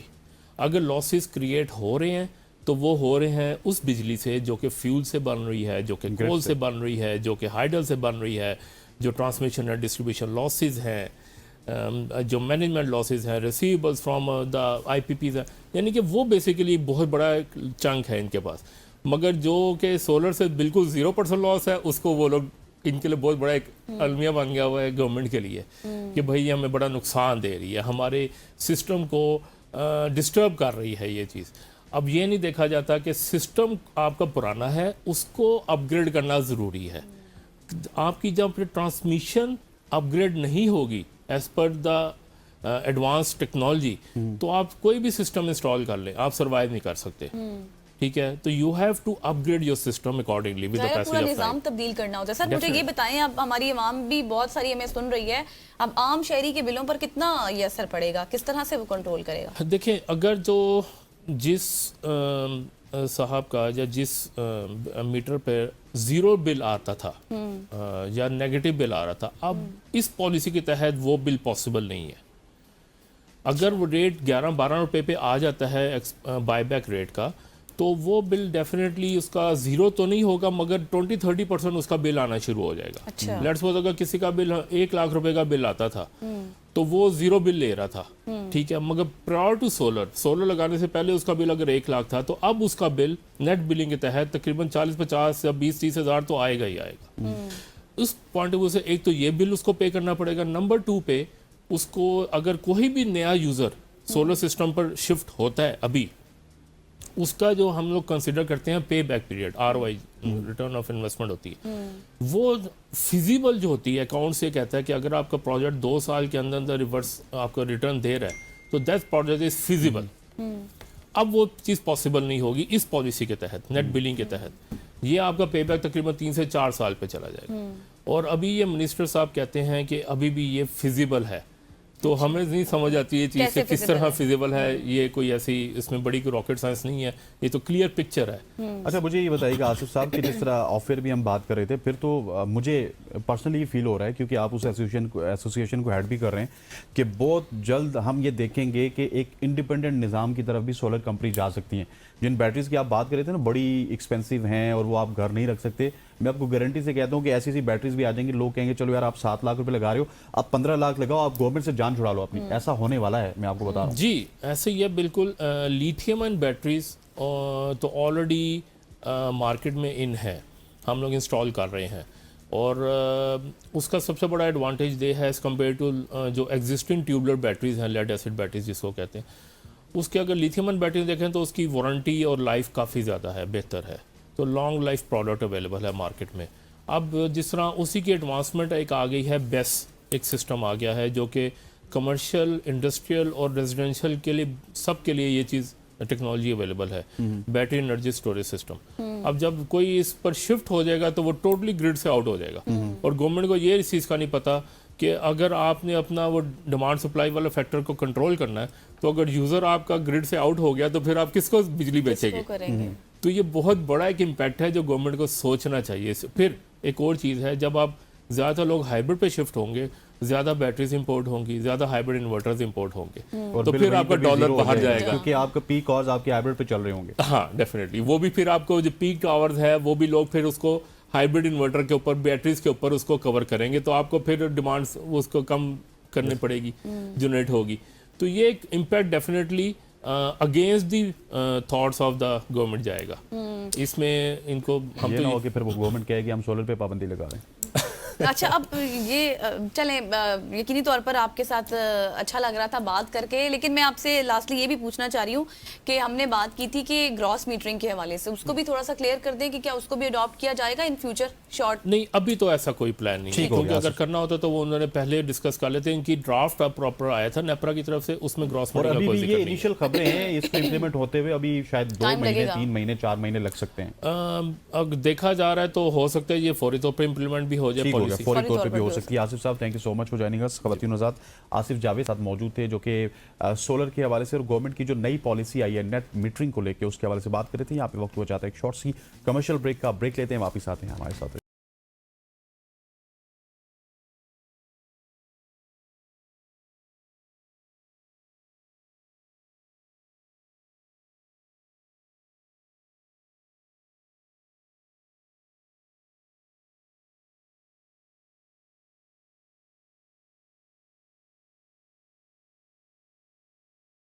Welcome back after the break. اور اب بات کریں گے ملکی سیاست پر, کیونکہ ظاہر ہے ہم اس سے پہلے نیٹ میٹرنگ کے حوالے سے بات کر رہے تھے, اور خیبر پختونخوا میں اب امن و امان کی صورتحال ہے, اس متعلق حالیہ اجلاس اور مالاکنڈ ماڈل کے نظام پر, ساتھ ہی دہشت گردی کے بڑھتے ہوئے واقعات بھی ہیں, خطرات ہیں, اور اس کی بیرونی سرپرستی کو روکنے کے لیے بھی اختیار کی جانے والی جو حکمت عملی ہے اس پر بھی گفتگو کریں گے. لیکن اس کے علاوہ جو ہم پہلے بات کر رہے تھے سولر نیٹ میٹرنگ کے حوالے سے, وہ پالیسی میں حالیہ تبدیلی اور اس پر عوامی تحفظات بھی اب زیر بحث آئیں گے. اور آخر میں ملک بھر میں بیک وقت بلدیاتی انتخابات کے مطالبے پر پیپلز پارٹی کے موقف کا بھی جائزہ لیں گے. بالکل ایسی اسی پہ بات کرنے کے لیے پیپلز پارٹی کے سینئر رہنما اکٹان ہمارے ساتھ موجود ہیں. Sir thank you so much for joining us. سب سے پہلے میں کے پی کی بات کروں گا. کے پی میں امن و امان سے متعلق اجلاس مالاکنڈ ڈویژن میں صوبائی حکومت کے نظم و نسق کے ماڈل کے طور پر نافذ کرنے کا فیصلہ ہوا ہے. وفاق اور کے پی کے درمیان جو مکمل ہم آہنگی کے اعلان کے باوجود ماضی میں بھی اختیارات اور ذمہ داریوں پر اختلافات سامنے آتے رہے ہیں, تو اس بار کون سا نیا میکانزم بنایا جائے گا جس میں ہمیں جو ہم آہنگی ہے اس کی عملی شکل ہوتے ہوئے نظر آئے گی؟ بسم اللہ الرحمن الرحیم. دیکھیے جی, اگر آپ ماضی میں 2007-8 میں جو دہشت گردی تھی اور اس کے خلاف جو ہماری فورسز نے جو جنگ لڑا تھا, جو سوات سے پاکستان کا جھنڈا اتارا گیا تھا, جو tribal area parrot of the government ختم ہو چکا تھا, جو بلوچستان میں ترانہ بجانا بند ہوا تھا, اگر آپ اس ماضی کی بات کر رہے ہیں تو اس دنوں میں تو مرکز اور وفاق کے درمیان بہت بہترین تعلقات تھے. اور اس کے لیے ہم نے 3D کا پالیسی بنایا تھا کہ پہلے ہم ڈائلاگ کریں گے جو لوگ پاکستان کے آئین, دستور اور قانون کو نہیں مانتے ہیں, پھر اس کے ساتھ ہم ڈیٹرنس کریں گے, اور جو علاقوں پہ ریٹ آف دی گورنمنٹ قائم ہوگا وہاں پہ ہم ڈیولپمنٹ کریں گے. تو وہاں پہ تو وفاق اور صوبے کا نیریٹیو جو تھا وہ بالکل ایک تھا, اور اس نیریٹیو کے ساتھ پاکستان کے عوام اور پختونخوا کے عوام کھڑے ہو گئی. تب جا کے اللہ تعالیٰ نے ریاست پاکستان کو اور پاکستان فورسز کو وہ کامیابی عطا فرمائی جو امریکہ کو عراق میں نصیب نہیں ہوئی تھی, جو امریکہ کو جدید ٹیکنالوجی فورسز پیسے کے باوجود لیبیا میں نہیں ہوئی, جو افغانستان میں تمام نیٹو اور امریکن کو نہیں ہوئی اور پاکستان نے حاصل کی. تو ایک تو وہ ہمارا ماضی ہے, ایک ہمارا ماضی جو ہے وہ پرویز خٹک سے شروع ہو جاتا ہے اور آپ سہیل اپریدی صاحب تک جو ماضی ہیں. تو اس میں تو آپ دیکھ لیں کہ صوبہ کے مرکز کچھ کہہ رہے ہیں, صوبہ کچھ کہہ رہے ہیں, اور ابھی تک جو ہمارے امن و امان میں خاطر خواہ کامیابی حاصل نہیں ہوئی ہیں. اس کی وجہ بھی یہی ہے کہ مرکز اور صوبے کا نیریٹیو ایک نہیں ہے. یہ پراکسی وار ہے. پراکسی وار میں جو سب سے بہترین ہتھیار ہے وہ ہے ملک کے عوام, وہ ہے ملک کی یکجہتی, کہ آپ کے صوبے, آپ کے تمام ادارے, چاہے سیاسی پارلیمانی ادارے ہیں, سیاسی ادارے ہیں یا سیکیورٹی کے ادارے ہیں, عام لوگ ہیں, جب وہ ایک پیج پہ ہوں تو یہ پراکسی وار میں سب سے بہترین ہتھیار ہے. اور یہ ہتھیار عراق میں امریکہ کے ساتھ نہیں تھی, لیبیا میں نہیں تھی, افغانستان میں نہیں تھی, اس لیے کو وہاں پہ شکست ہوئی. لیکن آج آپ دیکھ لیں کہ اس طرح کا دہشت گردی بھی نہیں ہے جو 2007-2008 میں. 2007-8 میں تو صرف پختونخوا میں دہشت گردی نہیں ہو رہی تھی, میریٹ ہوٹل میں بھی بم بلاسٹ ہوا تھا, ہماری جی ایچ کیو کے اندر بھی دہشت گرد گھس گئی تھی, ہمارے کراچی میں ایئر بیس میں بھی اندر گھس گئی تھی, کامرا میں بھی گھس گئی تھی. لیکن جب ہم نے اتفاق اور اتحاد کا مظاہرہ کیا اور ایک نیریٹیو بنایا, ایک پالیسی بنائی, تو ہمیں کامیابی حاصل ہوئی. اب جو ہمیں تھوڑی سی دہشت گردی صرف پختونخوا میں ہو رہی ہے, اسلام آباد میں 2 دھماکے ہو گئی, تو اس کے باوجود بھی اگر اس میں ہمیں خاطر خواہ کامیابی حاصل نہیں ہوئی ہے تو اس کی وجہ یہ ہے کہ ہمارے پاس ایک نیریٹیو نہیں ہے. صبح کچھ کہہ رہے ہیں, بالکل سر, آپ صحیح فرما رہے ہیں. تھوڑی سی بات کرتے ہیں دہشت گردی کے حوالے سے. ہم دیکھ رہے ہیں کہ پاکستان نے جس طرح سے پہلے دہشت گردی کا قلعہ کما کیا تھا, اب ایک بار پھر سے پاکستان دہشت گردی کی لپیٹ میں ہے, اور پھر افغانستان اور بھارت سے ان عناصر کو پشت پناہی بھی مل رہی ہے. تو آپ کیا سمجھتے ہیں اس بیرونی سرپرستی کو مؤثر انداز میں کس طرح سے روکا جا سکتا ہے؟ پاکستان کی کیا واضح سفارتی سیکیورٹی اسٹریٹجک حکمت عملی ہونی چاہیے؟ دیکھیے جی, اپنے اندر کو اگر آپ اپنے درست کریں تو باہر سے آپ کو کوئی نقصان نہیں پہنچا سکتا ہے. یہ پچھلے سال وہ کووڈ آیا تھا تو جن لوگوں کا اندر کا امیونٹی سسٹم مضبوط تھا اس پہ کوئی اثر نہیں ہوا, لیکن جن لوگوں کا امیونٹی سسٹم کمزور تھا تو وہ کچھ وفات ہو گئے, کچھ 6 مہینے بیڈ پہ پڑے رہے. تو ہم سمجھتے ہیں کہ ہم اپنے اندرونی حالات کو درست کریں. سب سے پہلے تو یہ کہ ایک نیریٹیو بنائے, دوسرا یہ کہ یہ جو دہشت گردی کا جنگ ہم پہ مسلط ہوا ہے یہ ماضی کے ناجائز حکمرانوں کے غلط پالیسیوں کی وجہ سے ہم پہ یہ جنگ مسلط ہوا ہے. تو ابھی ہمیں چاہیے کہ ہم اپنے اندرونی اور بیرونی پالیسیوں کو درست کریں, اور خصوصی طور پہ افغانستان کے ساتھ اپنا جو ہمارا پالیسی ہے اس کو ریوزٹ کریں, اس پہ دوبارہ نظر رسانی کرے. افغانستان کے ساتھ ہم اس طرح کے تعلقات بنائیں جس طرح کے ہمارے چائنا کے ساتھ تعلقات ہیں, کہ یہاں پہ حکومت چاہے ڈکٹیٹر کا ہو, ہائیبریڈ ہو, جمہوری ہو, ہمارے اور چائنا کی people to people, state to state جو تعلقات ہیں اس پہ فرق نہیں پڑتا ہے. تو چائنا کے ساتھ تو ہمارا زبان بھی ایک نہیں ہے, چائنا کے ساتھ ہمارا مذہب بھی ایک نہیں ہے, چائنا کے ساتھ ہمارا کلچر بھی ایک نہیں ہے. اس کے بنسبت افغانستان کے ساتھ ہمارا افغانستان کے ہر بچے کا دوسرا زبان اردو ہے. ہم مذہب ہے, ہم لوگ وہ بھی مسلمان ہیں, ہم بھی مسلمان ہیں, تو کیوں نہ ہم افغانستان کے ساتھ اس طرح کے تعلقات بنا سکتے ہیں. دیکھیں میرا آدھا قبیلہ جو ہے وہ بارڈر کے اس طرف ہے, میرا ترکلانی قبیلے کے 3 قومیں بارڈر کے اس طرف بھی ہے اس طرف بھی ہے. سلارزی قبیلہ پاکستان میں بھی ہے, بارڈر کے اس طرف افغانستان میں بھی ہے. ہمارا مامون قبیلہ پاکستان میں بھی ہے, افغانستان میں بھی ہے. ہمارا چارمنگ قبیلہ افغانستان میں بھی ہیں، پاکستان میں بھی ہیں، اور اس طرح یہ 2600 کلومیٹر جو بارڈر ہے، اس پہ تمام بارڈر کے ایک طرف اور دوسری طرف ایک قوم میں رہتے ہیں، تو یہاں پہ پوٹینشل بہت زیادہ ہے، لیکن ہمیں اپنی پالیسی کو چینج کرنا چاہیے، ہمیں افغان عوام کے ساتھ تعلق رکھنا چاہیے، ہمیں افغان حکومت کے ساتھ تعلق رکھنا چاہیے، اس پالیسی کو چھوڑنا چاہیے کہ ادھر سے ہم ایک گروپ بنائیں گے، اس کو افغانستان میں لڑائیں گے، اس کو افغانستان پہ قابض کریں گے، اور پھر اس کے ذریعے ہم اپنی پالیسی ٹھیک ہو گیا گلزادہ صاحب، یہاں پہ تجربہ ایک کمرشل بریک کا وقت ہوا چاہتا ہے، بریک لیتے ہیں، واپس آتے ہیں، ہمارے ساتھ رہیے گا، کچھ اور سوالات بھی ہیں جو ہم نے آپ کے سامنے رکھنے ہیں بریک کے بعد. اسٹے ود اس.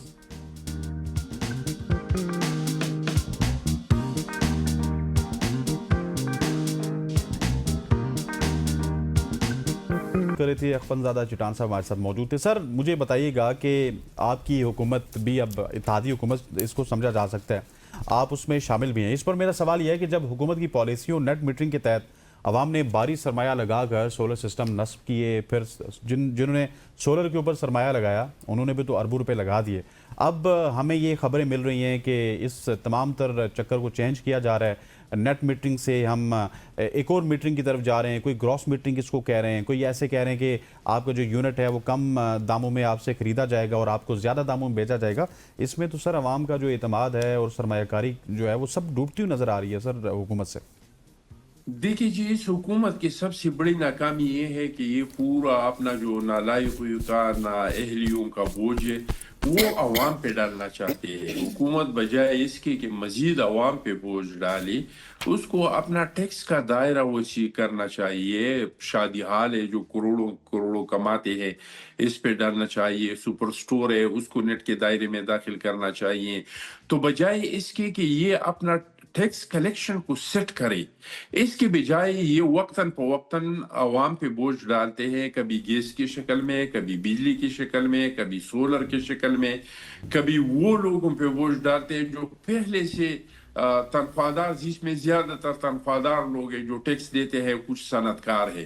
تو بجائے اس کی کہ ان لوگوں کو اس پہ بوجھ ڈالے، حکومت کو چاہیے کہ وہ جو لوگ ٹیکس کے دائرے سے باہر ہیں ان لوگوں کے ٹیکس کے دائرے کے اندر لائے اور اپنا خسارہ پورا کرے. کبھی کہتے ہیں کہ ہم 18ویں ترمیم میں جو فارمولہ ہے صوبوں کے ساتھ وسائل تقسیم کا اس کو ہم چینج کرنا چاہتے ہیں، کبھی کہتے ہیں کہ صوبوں کے ساتھ جو وسائل ہے، منرل ہے، مائنز ہے، اس کو ہم فیڈرل کے انڈر لانا چاہتے ہیں.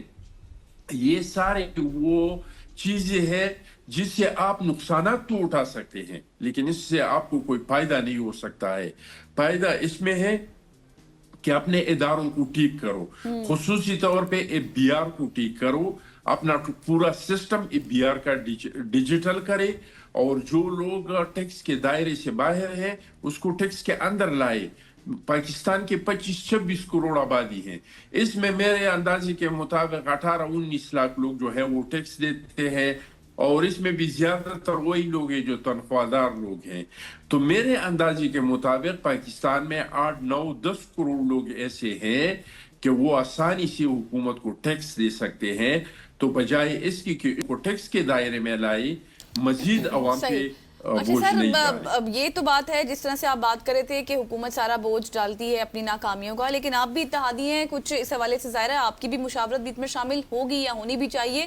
تھوڑا سا آگے بڑھتے ہیں، مجھے بتائیے گا جیسے میں نے اپنی ابتدا میں ذکر کیا تھا الیکشنز کے حوالے سے، جو کہ حمزہ شہباز شریف ملک میں اب بیک وقت بلدیاتی انتخابات کرانے کا مطالبہ بھی کر رہے ہیں، اس پر آپ کا کیا موقف ہے، پیپلز پارٹی کا کیا موقف ہے؟ دیکھیے جو پورے ملک میں ایک ساتھ کرے اس کے ساتھ تو میں اتفاق نہیں رکھتا ہوں، لیکن بلدیاتی الیکشن پورے ملک میں ہونا چاہیے، اس کا میں بالکل قائل ہوں. بلدیات سیاست کی اکائی ہیں، بلدیات کے بغیر آپ آگے بڑھ ہی نہیں سکتے. بلدیاتی سسٹم وہ سسٹم ہے جس سے آگے آپ کو ایک جینوئن لیڈرشپ ملے گا. تو ہم نے تو صبح سن میں کی ہیں اور ٹھیک ٹھاک اختیارات دی ہیں. تو حمزہ شریف صاحب کو چاہیے کہ وہ مریم نواز صاحبہ سے کہیں کہ وہ بھی اپنی صوبے میں کریں. اس حد تک تو میں بالکل قائل ہوں کہ بلدیاتی الیکشن ہونا بھی چاہیے، اور صرف ہونا نہیں چاہیے बल्दियाती इलेक्शन तो पीटीआई ने भी सुप्रीम कोर्ट के हुक्म पे पुख्तनख्वा में की थी, लेकिन 1% का इख्तियार इन लोगों को नहीं दिया था।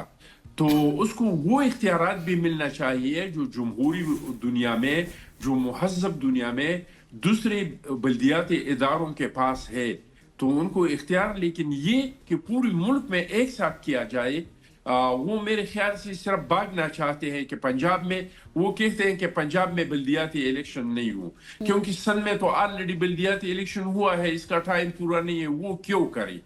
बलूचिस्तान में अमन अमान की सूरत हाल होंगे, वो इस टाइम पे इलेक्शन नहीं कर सकते हैं। पुख्तनख्वा में अमन अमान के हालात है, यहाँ पे शायद बहुत सारे डिस्ट्रिक्ट में, बहुत सारे डिवीजन में पॉसिबल नहीं होगा।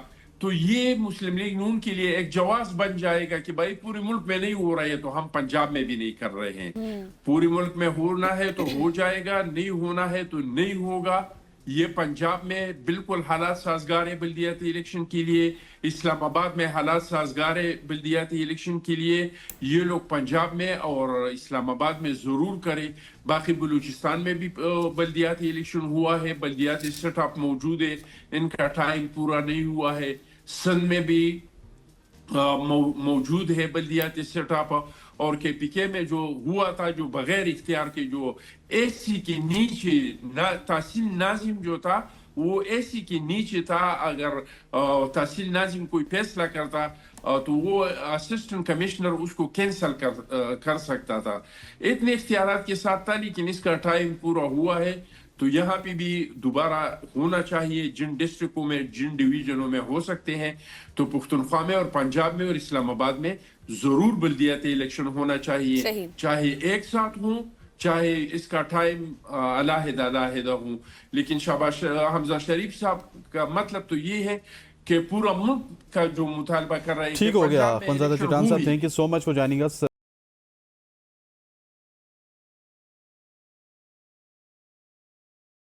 सियासत और क्रिकेट को हम साथ साथ लेके चलते हैं। अब क्रिकेट की बात करते हैं। खवातीन हज़रात, T20 वर्ल्ड कप के 12वें ग्रुप मैच में पाकिस्तान ने अमेरिका को 32 रन से शिकस्त दे दी। पाकिस्तान ने पहले बैटिंग करते हुए 190 रन बनाए और 190 रन के हदफ के ताक़ुब में अमेरिका की टीम मुकर्रर 20 ओवर्स में 8 विकेटों के नुकसान पर 158 रन बना सकी। ग्रीन शर्ट की जानिब से आगाज़ में साइम अयूब और साहिबजादा फरहान ने बहुत ही शानदार आगाज़ किया, लेकिन साइम अयूब 19 रन बनाकर आउट हुए, जबकि साहिबजादा फरहान जिम्मेदाराना बैटिंग का मुजाहरा करते हुए 73 रन की शानदार इनिंग्स उन्होंने खेली। पाकिस्तान की जानिब से कप्तान सलमान अली आगा 1 रन के मेहमान साबित हुए, जबकि स्टार बल्लेबाज बाबर आजम ने 40 रन बनाए। शादाब खान 30, मोहम्मद नवाज 5, शाहीन शाह अफरीदी 9, फ़हीम अशरफ 1 रन और उस्मान खान बगैर कोई रन बनाए पवेलियन लौटे। जवाब में पाकिस्तान की जानिब से उस्मान तारिक ने 3, शादाब खान ने 2, मोहम्मद नवाज, अबरार अहमद और शाहीन अफरीदी ने 1-1 विकेट हासिल की और यूं पाकिस्तान अमेरिका को शिकस्त देने में कामयाब हुआ। शाहीन इवेंट में अपना अगला मैच 15 फरवरी को भारत के खिलाफ खेलेंगे। अब देखते हैं कि उस मैच के हवाले से क्या कुछ होगा, लेकिन ये जो कामयाबी है ये भी एक बड़ी कामयाबी। आप सही कह रहे हैं, the most important match of Pakistan and India, वो अब देखना होगा संडे को कैसा होता है। लेकिन उससे पहले आज हम बात करेंगे, जिस तरह हसनैन ने आपको बताया कि रात को जो मैच का, और इसी पर बात करने के लिए स्टूडियो में ज्वाइन कर चुके हैं मुश्तबा हसन साहब। बहुत शुक्रिया मुश्तबा फॉर योर टाइम। ये बताएं कि अच्छी तरह पाकिस्तान खेला, अच्छी कंडीशंस को रीड किया, इसलिए 4 से 5 स्पिनर्स के साथ स्क्वाड को भी खिलाया। कैसे देख रहे हैं आप मजमूई तौर पर परफॉर्मेंस पाकिस्तान की? देखिए, ओवरऑल अगर परफॉर्मेंस देखी जाए तो पिछले पहला मैच जो पाकिस्तान का नेदरलैंड्स के था, तो वो जिस तरह मैच जीते अगर उसके कंपैरिजन किए तो ठीक है, अच्छी जीत थी। 32 रन का मार्जिन जो है T20 में एक अच्छा मार्जिन है। लेकिन अगर हम कुछ दूसरी क्योंकि आगे मैच है इंडिया के खिलाफ, तो उससे पहले अगर हम पाकिस्तान टीम का ओवरऑल एक जायज़ा लें तो हमारा जो premier fast bowler Shaheen Shah Afridi, जिसको हम कहते हैं, और पाकिस्तान टीम का वनडे कप्तान भी है और दमाद भी है शाहिद अफरीदी के, तो उनकी जो परफॉर्मेंस ओवरऑल अगर देखें तो वो अमेरिका के जो नंबर 5-6 नंबर बैट्समैन हैं उनसे छक्के खा रहे हैं। जब दोबारा दूसरे स्पेल के लिए आए तो पहली 2 बॉलर उनको 2 छक्के पड़े, तकरीबन 1 ओवर में 19 रन उन्होंने दिए। अगर उनकी ओवरऑल परफॉर्मेंस देखें और अगर इसी तरह कोई दूसरे एंड पे बॉलर जो है वो भी अगर 10-15 रन खा लेता तो कल वाला मैच भी ये 32 रन का मार्जिन हो सकता है 5-10 रन पे आ जाता। तो अगर देखें पाकिस्तान की बॉलिंग डिपार्टमेंट, खास तौर पे फास्ट बॉलिंग, तो हमें उसमें कंसर्न है। और भारत के खिलाफ जो बड़ा मैच है मेरे ख्याल से उसमें हमें चेंजेस की ज़रूरत है. अब शाहीन अफरीदी को चेंज करें या कोई एक और फास्ट बॉलर ऐड करें, लेकिन सवाल ये है कि क्या शाहीन अफरीदी को हम चेंज कर सकते हैं इस मौके पर, क्योंकि क्यों नहीं change? वो कौन सा कोई आसमान से फरिश्ता है? मैंने वो बिल्कुल फरिश्ता उतरे पहले ही बता दिया कि वो एक तो हमारे वनडे के कप्तान है, फिर अच्छा, शाहिद अफरीदी के दामाद हैं, वनडे के कप्तान फिर हैं, उनका जो एटीट्यूड है वो लाहौर बिल्कुल कलंदर के कप्तान हैं, उनकी बिल्कुल सिफारिशें लाहौर पता नहीं कलंदर इस कहां से आ रही होंगी कि शाहीन को आपने टीम से ड्रॉप नहीं करना, चाहे पाकिस्तान का बेड़ा गर्क हो जाए.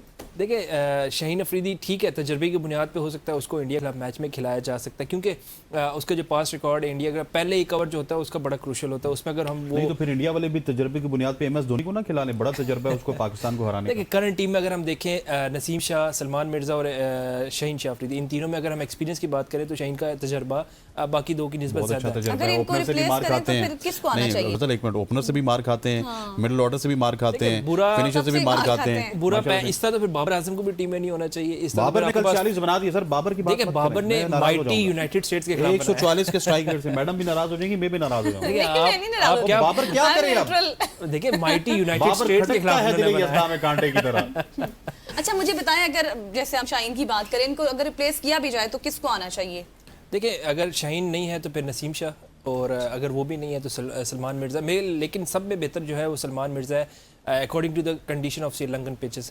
उसके पास वैरायटी है और उसके जिस तरह की परफॉर्मेंस है ओवरऑल, पहला मैच में देख लो उसने 3 विकेटें ली हैं, और इससे पीछे भी हम पूरा अगर ट्रैक रिकॉर्ड देखें इसका तो वो हर मैच में परफॉर्म करता आ रहा है. लेकिन ठीक है वो एक प्रॉपर उसको चांसेस नहीं दिए जा रहे. एक मैच खेलता है, 2 मैच में बाहर बैठता है, क्योंकि हमारे पास हर वक्त एक बैकअप प्लेयर का मौजूद है, लेकिन उसको प्रॉपर चांसेस नहीं दिए जाते. तो मेरे ख्याल से बड़ा मैच है और तजर्बा नहीं करना चाहिए, विनिंग कम्बिनेशन तो रखना चाहिए, लेकिन अगर 1-2 चेंजेस की जाए तो वो ज़्यादा बेहतर होगा. अच्छा मुझे बताइएगा कि एक ज़माने में हमें हसन अली ने मैच हराया था, उसके बाद वो टीम में मौजूद नहीं थे, फिर हारिस रऊफ ने हराया.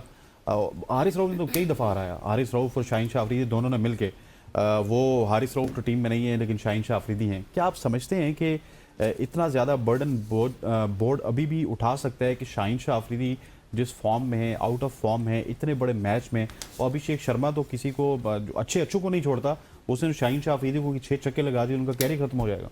देखिए कैरियर उनको इसी तरह खत्म होगा, और कोई हमारे पास ऑप्शन नहीं है इस वक्त उनको अगर साइड पे करना है तो. मतलब आप ये कह रहे हैं कि उनको इंडिया के खिलाफ खिला के 6 छक्के लगवा दो. अगर आप कहते हैं कि उसको टीम से बाहर है तो इस तरह का कुछ इवेंट होना चाहिए. वरना career खत्म अभी होगा, अभी वो वैसे ही मुकम्मल यार तौर गदर, पे ये भी तो हो सकता है ना कि हम शाहीन को बाहर बैठाएं, नसीम और सलमान मिर्जा को ऑप्शन वो चांस दें, और उसके बाद मैच अगर जीत जाए तो उनसे जान छूट जाएगी ना हमारी. देखिए इंडिया वो वाला मैच जीतना है. देखिए आप हमारी जो कौम तो बेंच इंडिया पे वाला बैठा होगा मैच वो है. सारी जिंदगी बेंच पे ही बैठा रहेगा. देखिए हमारी कौम ऐसी है ना, 1-2 मैच बाद ये चीज़ भूल जाएगी और वापस कहेंगे शाहीन अफरीदी, क्योंकि देखिए सोशल मीडिया इतना स्ट्रांग है. बाबर आजम किस तरह टीम में सोशल मीडिया तो बिग फ्रॉड भी कह रहा है सर शाहीन बिग अफरीदी को. फ्रॉड, लेकिन सोशल मीडिया का आप ताकत चेक करें ना. बाबर आजम किस तरह टीम में वापस है, बगैर परफॉर्मेंस के वापस आए थे ना. सोशल मीडिया की बुनियाद पे अवामी प्रेशर था हमारे बोर्ड पे कि बाबर आजम को टीम में होना चाहिए, और देखिए वो बगैर परफॉर्मेंस के अब टीम में उसकी एडजस्टमेंट नहीं हो रही ना. ओपनर था, नंबर 3 पे गया, नंबर 3 से नंबर 4 पे गया, और आहिस्ता आहिस्ता वो उसको नीचे लेके जाएंगे. और एकदम से, क्योंकि हमारा जाहिर सी बात है सोशल मीडिया इतना स्ट्रॉन्ग है उनका. शाहीन शाह अफरीदी की सेम वही बात है कि ठीक है उनकी परफॉर्मेंस ऑन फील्ड तो नज़र नहीं आती, लेकिन ऑन स्क्रीन ऑन कैमरा बड़ी अच्छी परफॉर्मेंस है, तो उसकी बुनियाद पर हमारी टीम में वो मौजूद है. और अगर आप अच्छी मैनेजमेंट हो और प्रॉपर एक मेरिट पे सिलेक्शन हो तो मेरे ख्याल से शाहीन की जगह सलमान मिर्ज़ा और बाबर की जगह फ़खर. अच्छा बाबर क्या बात कर रहे थे, मैं ये कहना चाह रही थी कि बाबर ने वैसे कहाँ वो 1, 2, 5, 6, 7, 8 रन, तो अभी कहाँ 46 रन. अच्छा वो खेला तो है 144 के स्ट्राइक रेट से. देखिए 144 का स्ट्राइक रेट वाकई बाबर आजम के लिए तो बहुत बड़ा पहाड़ जैसा हदफ है. वहाँ पे ऐसे प्लेयर हैं जो 12 बॉल पे 50 मार रहे हैं, 13 बॉल पे भारत के अगर हम प्लेयर्स की बात करें तो वहाँ पे अगर बाबर ने 46 रन बना लिए, वो भी माइटी यूएसए के खिलाफ, तो इतनी कोई खास परफॉर्मेंस नहीं है. मैं उसको ठीक है अकॉर्डिंग टू द कंडीशन ठीक थी, हम यूएसए से पहला मैच हारे थे, थोड़ा सा हमें लग रहा था कि हो सकता है नेदरलैंड क्या कह रहे हैं, बाबर को भी भेज दें. देखिए फ़खर समान अगर बाबर T20 का प्लेयर नहीं है, ये बात हमें समझ बाबर के फैंस ये समझ लें ये शख्स है वो जो बाबर को हम टीम कुछ से नहीं बाहर कह रहे. निकलवाना चाह रहा है. मैं चाह रहा हूँ कि बाबर ने 144 के स्ट्राइक रेट से बाबर के अगले 5 मैच पक्के हैं भाई. वो फाइनल तक अगर पाकिस्तान पहुंचता है बाबर को अब कोई नहीं ला सकता. देखिए 152 पे जो पाकिस्तान मैच जीता था ना, वो आज तक हमें मैच हरवाया जा रहा है. बाकी वो एक मैच हम जीत के बाकी 10 मैच उसकी वजह से, उसके अलावा कोई जीते भी तो नहीं है ना आप. तो वो यही वजह है कि बाबर आजम को उस बुनियाद पे खिलाया जा रहा था, रिजवान को उसी बुनियाद पे खिलाया जा रहा था, लेकिन हमने एक से जान छुड़ाई तो दूसरे से जान छुड़ाने के लिए हमें अब पता नहीं कितना अरसा दरकार है वो. सही. अच्छा शादाब पे भी बात कर लेते हैं, उन पर उससे पहले खेलने से पहले काफ़ी तनकीद हो रही थी, लेकिन कल अच्छा उन्होंने परफॉर्म किया. शादाब ने जब से कमबैक किया नो डाउट उसने अपने आप को साबित किया है कि اب اس نے کافی ڈفرینٹ کیا ہے. پہلے وہ آتا تھا تو بال فل ٹاس ہوتا تھا, اب لیکن کافی عرصے جب آیا تو اس کی بیٹنگ میں بھی بہتری نظر آئی. پہلے ان کو کہا جاتا ہے right arm full toss bowler, right arm full toss bowler, لیکن اب ان کی بہتری نظر آئی ہے. ٹھیک ہے, اس نے اپنے اوپر کام کیا اور جو غلطیاں تھیں اس پہ کام کیا. تب یہ تاثر آ رہا تھا کہ پہلے والے وہ واپس آ گئے ہیں. دیکھیں کافی حد تک بہتری آئی ہے شاداب خان کی پرفارمنس میں. اصل پتہ لگے گا جب انڈیا کے خلاف آئے گا, کیونکہ بڑی ٹیم کے ساتھ ابھی اس کا مقابلہ سامنے میں نے شاکر صاحب کو مبارک بھی دیا, لیکن میں نے کہا اگلا میچ آنے دو. اگلا میچ وہ اس کا کیریئر کا ڈیسائیڈر میچ ہوگا میں سمجھتا ہوں, کیونکہ کم بیک کیا اس نے. ٹھیک ہے, ابھی تک پرفارمنس اس کی اچھی ہے, ابھی تک اس پہ کیونکہ اتنے کوئی خاص بیٹسمین ابھی تک, ابھیشیک شرما اس کے سامنے نہیں آیا, سوریہ کمار یادو اس کے سامنے نہیں آیا. جب وہ آئیں گے وہاں پہ اگر وہ پرفارم کرتا ہے تو میں اس کو اچھا کم بیک کہوں گا. ابھی تک یہ ہے کہ ٹھیک ہے کم بیک اچھا ہے, لیکن جب بڑے پلیئرس کے سامنے آئے گا تو اصل اس کا اندازہ ہوگا. اچھا مجھے یہ بتائیے گا کہ اس پوری ٹیم میں آپ کو کون مس فٹ نظر آتا ہے؟ اگر 11 کی بات کی جائے, شاہین شاہ افریدی کا تو آپ ذکر کر چکے ہیں, ان کا واپس ذکر کیجئے گا برکت کے لیے, لیکن ان کے علاوہ کون سا ایسا بندہ ہے جس کو ہم ڈراپ کر سکتے ہیں؟ دیکھیے کرنٹ ٹیم میں 2 چینجز مجھے نظر آتی ہے. ایک تو عثمان خان ٹھیک ہے, اس کو اس پوزیشن پہ پہلا میچ ہوا, پہلی بال پہ آؤٹ ہوا, جس وقت ہمیں ضرورت تھی اس کی, کل رن آؤٹ کروا دیا گیا. میں اس طرح عثمان نہیں ڈراپ ہوگا, اگلی بات کریں. عثمان ڈراپ ہی نہیں ہوگا, سوچنا منع ہے, اگلی بات کریں. نہ بابر ڈراپ ہو سکتا ہے, نہ شاہین ہو سکتا ہے, نہیں شاہین ہو سکتا ہے, اگلی اور کوئی بات ہوتی ہے. اچھا دوسرا اگر ہم بات کرتے ہیں تو محمد نواز کی. Very good. نواز کی پرفارمنس دیکھے جائے تو وہ اس ٹیم میں مس فٹ نظر آ رہا ہے. مس فٹ ان دا سینس کہ ہمارے پاس Shadab Khan as a all rounder کھیل رہا ہے, ایز اے بالر بھی اچھا ہے, ابھی پرفارم کر رہا ہے, ایز اے بیٹسمین بھی پرفارم کر رہا ہے. نواز ٹھیک ہے لیفٹ ہینڈڈ, ہمارے پاس کمبینیشن لیفٹ رائٹ کا کمبینیشن تو نظر آتا ہے, لیکن اس کی جگہ ہم چینج کر سکتے ہیں. ہمارے پاس بیک اپ میں فخر زمان اس پوزیشن پہ زیادہ اچھا ہے, کیونکہ ہمارے پاس اتنی بالنگ اسٹرینتھ ہے. بالنگ اسٹرینتھ ہمارے پاس کافی ہے. خواجہ نافع کا تجربہ انڈیا کے خلاف میٹر کرتا ہے, اور فخر زمان کا جو تجربہ ہے میرے خیال سے وہ بڑا تجربہ منو خطرناک لگ رہا ہے. نہیں خواجہ نافع کا کیونکہ بڑا میچ ہے اس کے لیے, جتنا اس کا کیریئر ابھی تک کھیل چکا ہے, اس کو یکدم سے اگر باقی میچز میں آپ ڈراپ کریں اور یکدم انڈیا کے خلاف میچ کھلائیں گے تو وہ اس پہ ایکسٹرا برڈن ہوگا, ایکسٹرا پریشر ہوگا, اور اس میں اگر وہ پرفارم نہ کیا تو اس کا اگلے 10 میچز باہر ہے. اچھا صاحبزادہ فرحان کا بھی بتائیں, وہ بھی اچھی فارم میں نظر آ رہے ہیں. دیکھیں پرفارمنس اس کی اچھی ہے, نو ڈاؤٹ 73 رنز بنائے ہیں, لیکن 73 رنز بنائے 41 بالوں پہ, جس میں 6 چھکے 6 چوکے اور 5 چھکے. نہیں بہت تیز بنائے, لیکن وہ اگلی بات بتا رہے ہیں آپ. 6 چوکے 5 چھکے, یہ ٹوٹل ہو گیا 54 سکور. یہ آ گیا 11 بال پہ. باقی 30 بالوں پہ انہوں نے جو بنائے ہیں وہ صرف 19 رنز بنائے ہیں. تو وہ 30 بال جو 19 رنز بنائے ہیں, تو یہ T20 میں میرے خیال سے 5 اوور میں آپ نے 19 رنز بنائے ہیں. تو یہ کافی مشکل یہاں پہ آ جاتی ہے صاحبزادہ فرحان کے لیے, کہ اگر وہ 30 بالوں پہ 30 رنز بنائیں تو وہ زیادہ بہتر ہو جائے گا. آپ روٹیشن آف اسٹرائک نہیں کر سکتے, اور آپ صرف ہیٹنگ ایبلٹیز پہ کام کریں, تو پھر آپ 5-6 نمبر پہ آئیں, اوپر کسی اور کو موقع دے جو اسٹرائک روٹیٹ بھی کر سکتا ہے اور رنز بھی بنا سکتا ہے. ڈاٹ بال نہیں کھیلے گا. ڈاٹ بال کھیلنے سے ایک طرف آپ صاحبزادہ ڈاٹ کھیل رہا ہے, دوسری طرف بابر اعظم ڈاٹ کھیل رہا ہے, تو ٹیم پہ ایکسٹرا پریشر آتا ہے, دوسری ٹیم کو سیٹل ہونے کا ٹائم ملتا ہے, اور جب دونوں طرف سے اٹیک نہیں ہوتا تو مشکل ہو جاتا ہے. سر ہمارے عثمان طارق صاحب کے حوالے سے بتائیے گا کہ اس وقت ان کا چرچا ہے, ایک طرف اگر انڈیا میں بمراہ کا چرچا ہے تو پاکستان میں عثمان طارق کا چرچا ہے, اور پاکستان کا عثمان طارق جہاں پہ بھی جاتا ہے, جب بھی جاتا ہے, اپنی داغ بھی بٹھاتا ہے, وکٹس بھی لیتا ہے, اور سب کی آنکھیں بھی کھولتا ہے. کتنا بڑا ایک پریشر ہوگا انڈیا کے اوپر کہ ہاؤ دے ول ٹیکل عثمان طارق. دیکھیے ٹرمپ کارڈ ہے پاکستان کے لیے اس وقت.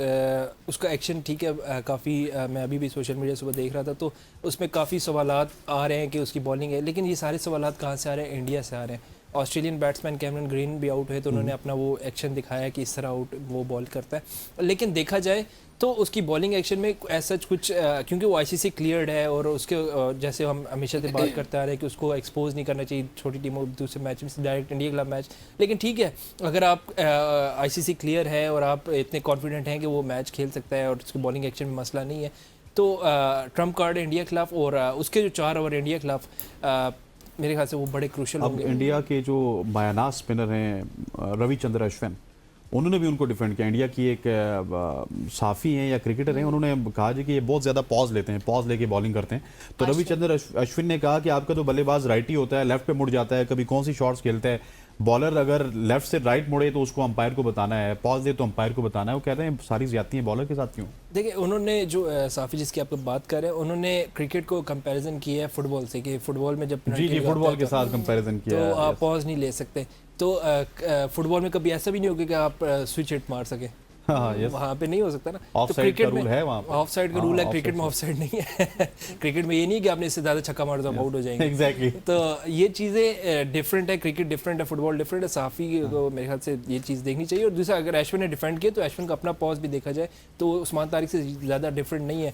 और अगर अश्विन भी कह रहा है, फिर ऑस्ट्रेलियन साफ़ी भी कह रहे हैं, और कई पाकिस्तानी जितने भी हमारे जो क्रिकेट एक्स क्रिकेटर है वो कह रहे हैं कि अगर उसका एक्शन ठीक है और आईसीसी क्लियर्ड है तो मेरे ख्याल से एक्शन पे बात होना गैर मुनासिब है. आगे बढ़े. अच्छा, मुझे बताएं, आखिर में हमने तज्जिए तो सब पे कर लिए, सबकी परफॉर्मेंस पे बात कर ली. सीधा साधा आसान और मासूम सा सवाल, पाकिस्तान इंडिया से जीतेगा या फिर नहीं? प्रेडिक्शन आपकी. वो तो कहेंगे जीतेगा, आप नहीं कहेंगे. वैसे पूछ रही हूँ ना, मंडे को पूछूंगी. बहुत टफ क्वेश्चन ये मेरे ख्याल से. It's a $1 million question. India के परफॉर्मेंस अगर हम देखें, पिछले कई T20 मैचेस में 200 रन, 250 रन बना रहे हैं. पाकिस्तान की पाकिस्तान भी पकौड़े नहीं बेच रहा था. मेरी बात सुने, आपने ऑस्ट्रेलिया को हराया, बस मुझे यस नो में आंसर नहीं देना. ऑस्ट्रेलिया को हराया, नीदरलैंड्स को हराया, ये क्या कल जो यूएसए को हराया. ऑस्ट्रेलिया बी नहीं, पहले दिन सी टीम थी, दूसरे दिन बी थी, तीसरे दिन उनके पास अवेलेबल तमाम बेस्ट. नहीं, मुझे सिर्फ यस नो में आंसर चाहिए. पाकिस्तान जीत जाएगा इंशाल्लाह. जीत जाएगा. ओके, चले, थैंक यू सो मच. अब थैंक यू करके मंडे को बात करेंगे. मैं तो आपको बता चुकी हूँ. मुझे लगता है इंडिया जीत जाएगा. ये वो लोग, इनको इंडिया भेजा जाए. मुझे ऐसा लगता है. वैसे क्या कहते हैं, पाकिस्तान से उधर भेजा जाए ताकि ये बात हम मंडे को जाके नरेंद्र मोदी की हुकूमत में ये सांस लेंगी तो इनको पता चलेगा कि पाकिस्तान को जीतना चाहिए. हिस्ट्री तो हमें यही बता रही है ना, हिस्ट्री. मुस्तफा साहब, thank you so much for joining us. ख़वातीन और ज़ात, ये था हमारा क्रिकेट के रिलेटेड सेगमेंट जिसमें हमने क्रिकेट की बात की. और ज़्यादातर अब बात एक ही मैच की होगी, वो है पाकिस्तान वर्सेस इंडिया का मैच. पाकिस्तान की क्या स्ट्रेटेजी होगी, इंडिया की क्या स्ट्रेटेजी होगी और कौन मारेगा मैदान? डेफिनेटली पाकिस्तान इस बार. और यहाँ पे वक्त हो जाता है एक शॉर्ट सी कमर्शियल ब्रेक का. ब्रेक लेते हैं, वापस आते हैं, हमारे साथ रहिएगा.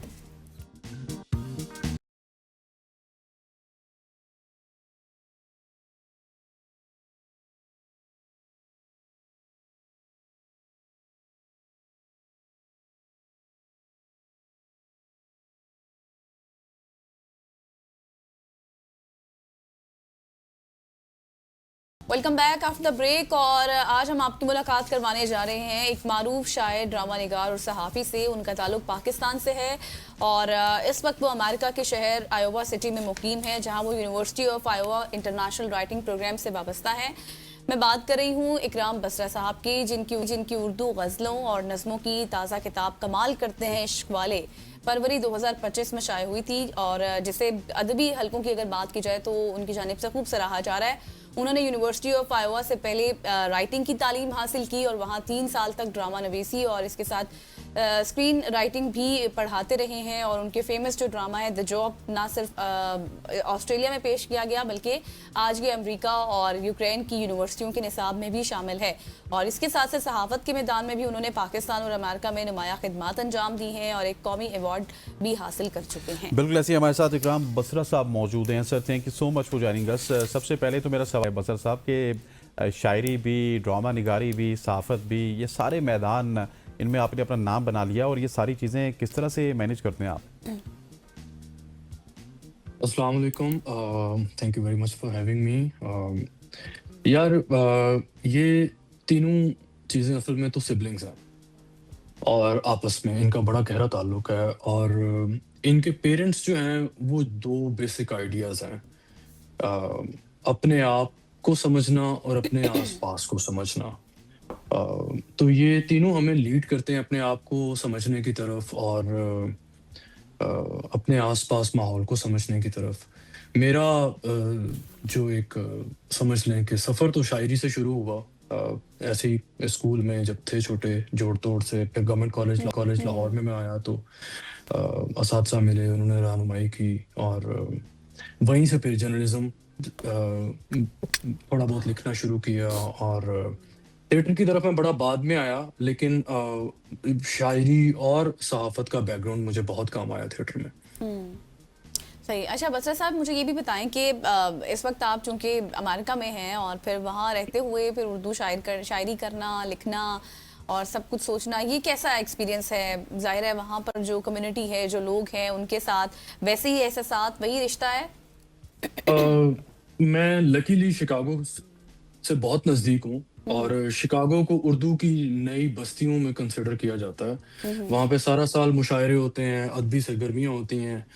लेकिन एक कीमत तो थोड़ी देनी पड़ती है मुझे लगता है जब आप अपने माहौल में हों, लाहौर और कराची ख़ास तौर पर, तो जो फ़ज़ा आपको मुयस्सर होती है, वो जिस तरह से आपकी अदबी नशोनुमा करती है, वो यकीनन कॉम्प्रोमाइज़ होती है यूएस में, या अगर बाहर हैं आप मुल्क से। लेकिन इसका एक एडवांटेज भी है कि जो एक्सपीरियंसेस आपको वहाँ पे होते हैं, जो मुशाहिदात आपको वहाँ पे मिलते हैं, अगर आप उनको कहने के काबिल हो जाएँ, तो यहाँ पे जो लिखने वाले हैं उन पे थोड़ा आपको एक अपर हैंड भी होता है। ठीक हो गया। और मुझे ये बताइएगा कि आपकी जो ताज़ा किताब है कमाल करते हैं इश्क वाले, नाम तो इसका बड़ा यूनिक है। इसमें आपने किन जज्बात की अक्कासी की, जिक्र किया, और किस तरह की ये इसमें शायरी है? यार इसमें सवाल तो वही हैं जो आज से 5000 साल पहले इराक में लिखी गई एपिक ऑफ गिलगमिश में थे कि ज़िंदगी और मौत का आपस में क्या ताल्लुक है, मोहब्बत और दोस्ती के मानी क्या होते हैं, ताकत और इख्तियार का दुरुस्त इस्तेमाल कैसे होना चाहिए। तो मैंने भी बस अपनी सी कोशिश की है कि इन सारे सवालात को एज इट इज़ पूरी ईमानदारी से, या जितनी मुमकिन ईमानदारी है उससे, अगर मैं उन पे कुछ शेरी पे राय में कुछ कह सकूं। सही सही हो गया। और इसके अलावा जो ये आपका ड्रामा है द जॉब, जिसका मैंने पहले इब्तिदा में भी जिक्र किया, इस हवाले से भी बताइएगा। आज मुख्तलिफ जो यूनिवर्सिटीज़ हैं उसमें ये निसाब का हिस्सा भी बना दिया गया है, कैसा फीडबैक है और किस तरह का सबक मिलता है इससे? द जॉब जो है बड़ी एक मैंने कॉन्शियस एफर्ट से लिखा, और मुझे इस चीज़ की बड़ी तकलीफ होती थी और बड़ी तकलीफ होती है कि जो पिछले 25 साल जी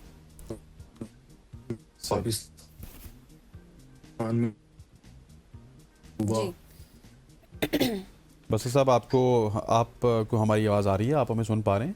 70-80 लोग जो से बसर जी साहब, मुझे अब आपकी जी जी आवाज़ जी आ रही जी है। जी अच्छा, आप सुन पा रहे हैं मुझे? जी जी बिल्कुल आपकी आवाज़ आ रही है। अच्छा बसर साहब, मुझे अब ये बताइएगा कि आपकी जो फेमस गज़ल है, मैं चाहता हूँ कि हमारे पास तो गज़ल मौजूद है मेरी को होस्ट, लेकिन मैं चाहता हूँ कि आपकी जो फेमस गज़ल है वो हमारे नाज़रीन को सुनाएं। आप यकीनन बात कर रहे हैं मलमल रेशम जी खद्दर जी अच्छा लगता है। मैं सुना देता हूँ आपको कि मलमल रेशम खद्दर अच्छा लगता है, कुछ भी पहनो तुम पर अच्छा लगता है। मलमल रेशम खद्दर अच्छा लगता है, कुछ भी पहनो तुम पर अच्छा लगता अच्छा है। लगता है। और मुझको यूं ही अच्छी लगती रहना तुम, मुझको यूं ही अच्छी लगती रहना तुम, अच्छा लगना तुम पर अच्छा लगता है। वाह ज़बरदस्त। और तेरी बाहें अच्छी लगती हैं जैसे, तेरी बाहें अच्छी लगती हैं जैसे एक मजदूर को बिस्तर अच्छा लगता है। और इतना अच्छा शायद ही कुछ लगता हो, इतना अच्छा शायद ही कुछ लगता हो जितना तुमको छू कर अच्छा लगता है। वाह मैंने तेरा चेहरा देख के देखा है, मैंने तेरा चेहरा देख के देखा है, दुनिया का हर मंजर अच्छा लगता है। दुनिया का हर और मंजर अच्छा आखिरी शेर लगता है है। इसका इकराम कि बसरा साहब, क्या बात है सर, बेकाबू क्या बात है, मजमे को बहुत ही ये ज़बरदस्त मालूम आपने नहीं। इस वक्त समा बांध दिया था। इकराम बसरा साहब बहुत हमारे साथ मोहब्बत। मौजूद थे। Sir thank you so much for joining us. ख़वातीन और ज़ात हो जाता है एक शॉर्ट सी कमर्शियल ब्रेक का, ब्रेक लेते हैं, वापस आते हैं हमारे साथ।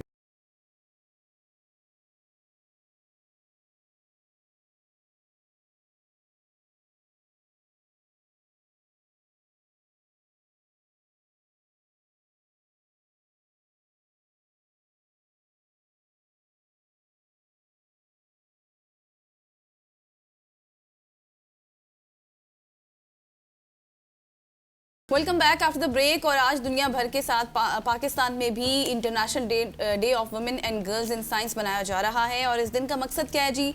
साइंस, टेक्नोलॉजी, इंजीनियरिंग और रियाजी के शोबों में ख़वातीन या फिर जो बच्चियां हैं उनके किरदार को तस्लीम करना, उनकी जो इंटेलिजेंस है उसको तस्लीम करना, उन्हें आगे बढ़ने के मसावी मौक़े फराहम करना, उनकी अहमियत को उजागर करना। और इसके साथ साथ पाकिस्तान में भी बड़ी तादाद में बासलाहियत तालिबात, ख़वातीन, साइंसदान, तहकीक, तिब, इंजीनियरिंग, IT और आप ये कहें कि खलाई साइंस जैसे शोबों में अपना नाम रोशन कर रही हैं। और इसी पर आज हम बात करेंगे। बिल्कुल ऐसे इसी पे बात करने के लिए हमारे साथ डॉक्टर अकीला आसिफ साहिबा मौजूद, स्पेशलिस्ट हैं।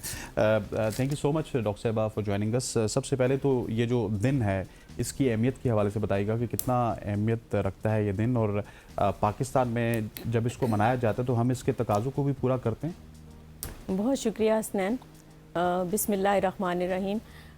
जो सवाल आपने किया है उसमें सबसे पहले मैं नाजरीन के मालूमात के लिए बताती चलूँ कि ये दिन जो है अक़वाम मुत्तहिदा ने 2015 में मनाने का फ़ैसला किया था। उसकी वजह ये है कि दुनिया भर में, सिर्फ पाकिस्तान में या तरक्की पजीर ममालिक में नहीं, दुनिया भर में साइंस, टेक्नोलॉजी, इंजीनियरिंग और मैथ्स के शोबों में ख़वातीन के जो कंट्रीब्यूशन है वो कम है। वो कम इसलिए, इस वजह से नहीं कि उनमें कोई सलाहियत की कमी है, वो इस वजह से है कि मौक़े की कमी है और फिर वो वर्किंग एनवायरनमेंट जो है वो ख़वातीन को नहीं मुहैया किया जाता, जिसकी वजह से वो इन शोबों में कम है। मसलन ये समझा जाता है कि एक तैबो है ना कि जी इंजीनियरिंग जो है वो मर्दों का शोबा है, जैसे कि कहा जाता है नहीं मैथ्स जो है वो मर्दों का शायद अच्छा होगा, तो ऐसी बात नहीं है। इन चीज़ों को अनडू करने के लिए ये दिन मनाने का फ़ैसला किया गया था और मैं समझती हूँ कि पाकिस्तान जैसे ममालिक के लिए जो इस वक्त तरक्की, जो जदीद तरक्की है उसमें टेक ऑफ की पोजीशन में है, वहाँ पर जो है ख़वातीन को के लिए ये चीज़ें काबिल तरजीह बनाना बड़ा ज़रूरी है। अकीला साहिबा, जिस तरह से आपने बात की ना कि इसलिए नहीं कि मौक़ों की आपने बात की, मैं समझती हूँ कि शहरी इलाकों से भी ज़्यादा हम अगर दही इलाकों की बात करें तो वहाँ मौक़े नहीं है। इस खला को कैसे पुर किया जा सकता है? देखिए, बिल्कुल आपने गज़ल बिल्कुल ठीक बात कही है कि हमारे ना सिर्फ शहरी इलाकों में तो किसी न किसी तरह से कमी पूरी होती है, लेकिन जो दूर दराज एरियाज़ हैं वहाँ पे स्कूल लेवल पे, कॉलेज लेवल पे भी ट्रेंड जो हैं टीचर्स मौजूद नहीं हैं। अगर ट्रेंड टीचर मौजूद है तो लेबॉरेटरीज़ मौजूद नहीं हैं, अगर लेबॉरेटरीज़ मौजूद हैं तो बाकी वसाइल की कमी है, क्योंकि लेबॉरेटरीज़ के अंदर जो ऑपरेटर्स यूज़ किया जाता है और किट्स यूज़ की जाती हैं आजकल आमतौर पे, वो अवेलेबल नहीं होती। इस तरह के जो हैं वो बहुत सारे मसाइल हैं। तो इन मसाइल पे काबू पाने के लिए हुकूमत को एक ऐसा जामे प्रोग्राम मुरतब करने की ज़रूरत है जिस पे कि अमल करके हम अपनी आबादी का जो 50% हिस्सा है उसको पैरालाइज होने से बचाएं। लास्ट में मुझे ये बताइएगा कि समाजी रवैये और ख़ानदानी दबाव किस हद तक जो बच्चे हैं उनको जो साइंस के ख्वाब हैं वो देखने में रुकावट बनता है? जहाँ तक आपने समाजी रवैयों की बात की है तो इसमें मुझे पिछले कुछ दिनों से आप भी देख रहे होंगे, चाहे मशरिक़ है या मगरिब है, ख़वातीन के बारे में समाजी रवैये, जब हम बहुत पास में चले जाएं, जब बच्चियों को ज़िंदा दफन कर दिया जाता था या एप्स्टीन फाइल्स पे आ जाएं, आप देखें कि बच्चियों का, ख़वातीन का किस तरह से इस्तेसाल किया जाता है।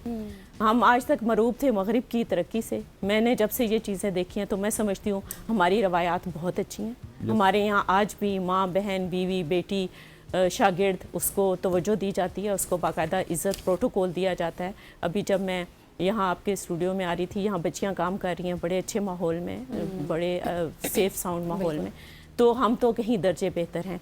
तो इस सिलसिले में मैं समझती हूँ कि समाजी रवैये अभी भी मज़ीद बदलने की ज़रूरत है। बदलने की इसलिए ज़रूरत है कि हमारे यहाँ बेटियों को बहुत सारे घरों में बहुत ज़्यादा अहमियत दी जाती है, लेकिन जब हम उनको घर से बाहर निकालने की बात करते हैं तो वहाँ पर लोगों के बहुत ज़्यादा रिजर्वेशंस हैं। उन रिजर्वेशंस को हमारे माशरे को ओवरऑल एड्रेस करने की ज़रूरत है। ठीक हो गया। डॉक्टर साहब, thank you so much for joining us. Doctor Akila Asif मौजूद थी और जो आज के दिन की मुनासबत से गुफ्तगू कर रही थी। ख़वातीन वज़ात सुबह की सोच से इतना ही। मुझे गज़ल अशरफ को और हमारी पूरी प्रोडक्शन टीम को कल तक के लिए इजाज़त दीजिए। इंशाल्लाह कल आपसे मुलाकात होगी, तब तक के लिए अल्लाह हाफ़िज़।